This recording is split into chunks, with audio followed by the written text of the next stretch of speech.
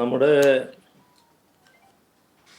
തെരഞ്ഞെടുപ്പിൻ്റെ തദ്ദേശ ഭരണ സ്ഥാപനങ്ങളിലേക്കുള്ള തെരഞ്ഞെടുപ്പിൻ്റെ രണ്ടാം ഘട്ടം ഇനിയും ചില ദിവസങ്ങളുണ്ട്. 11-ാം തീയതി വോട്ടെടുപ്പ് നടക്കുകയാണ്. നമുക്കറിയാം, 9-നും 11-നുമായി 2 ദിവസങ്ങളിലായാണ് തെരഞ്ഞെടുപ്പ് നടക്കുന്നത്. ഈ തെരഞ്ഞെടുപ്പ് കേരളത്തെ സംബന്ധിച്ചിടത്തോളം വളരെ പ്രാധാന്യമുള്ള ഒരു തെരഞ്ഞെടുപ്പായിട്ട് തന്നെയാണ് കാണുന്നത്. കാരണം അധികാര വികേന്ദ്രീകരണം നല്ല രീതിയിൽ നടപ്പായിട്ടുള്ള സംസ്ഥാനമാണ് കേരളം. രാജ്യത്തിന് തന്നെ മാതൃകയാകും വിധമുള്ള പ്രവർത്തനമാണ് തദ്ദേശ ഭരണ സ്ഥാപനങ്ങൾ നിർവഹിക്കുന്നത്. അതിന് കഴിയുന്നത് പ്രാദേശിക സർക്കാരുകൾ എന്ന നിലക്കുള്ള അധികാരവും ഫണ്ടും തദ്ദേശ ഭരണ സ്ഥാപനങ്ങൾക്ക് ലഭ്യമാകുന്നു എന്നതാണ്. അതിൻ്റെ ഭാഗമായി നാടിൻ്റെ പൊതുവായ വികസന കാര്യങ്ങളിൽ നല്ല പങ്കാളിത്തം തദ്ദേശ ഭരണ സ്ഥാപനങ്ങൾക്ക് വഹിക്കാനാകുന്നു. ഇപ്പോൾ അടുത്ത കാലത്ത് കേരളം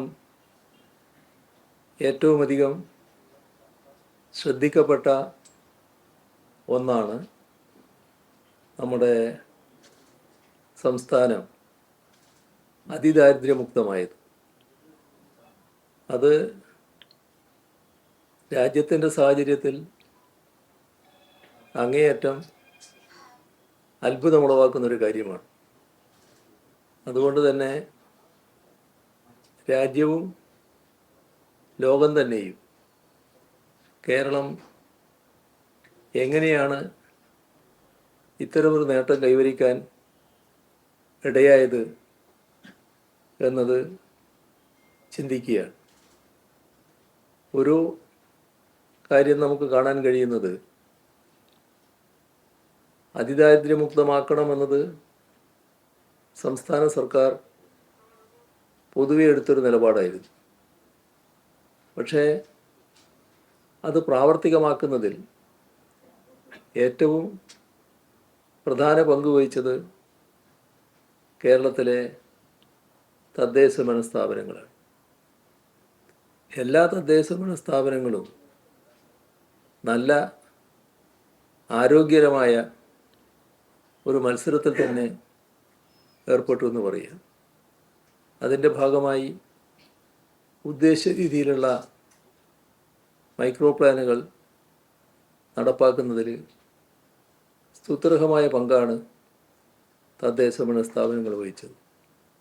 ഇതുപോലുള്ള കാര്യങ്ങളിൽ നല്ല മികവാർന്ന ഇടപെടലുകൾ കേരളത്തിലെ തദ്ദേശ ഭരണ സ്ഥാപനങ്ങൾക്ക് നിർവഹിക്കാനാകുന്നുണ്ട്.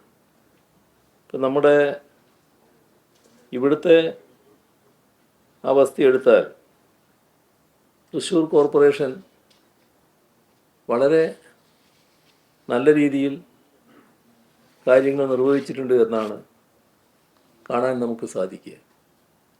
ഇപ്പോൾ നഗര ശുചിത്വത്തിൻ്റെ കാര്യത്തിൽ വലിയ മുന്നേറ്റം ഇവിടെ ഉണ്ടാക്കാൻ കഴിഞ്ഞിട്ടുണ്ട്.